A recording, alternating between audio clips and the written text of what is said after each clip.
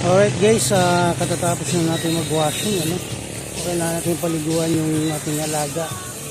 So, ngayon, medyo nakakaramdam siya ng refresh dahil bagong ligo siya. So,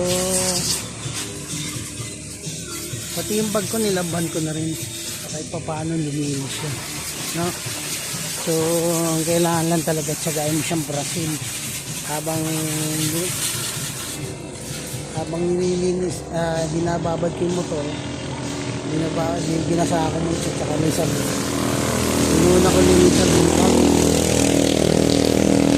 kahit pa paano pumuti-puti man lang. Tagal-tagal din siyang hindi nalaban.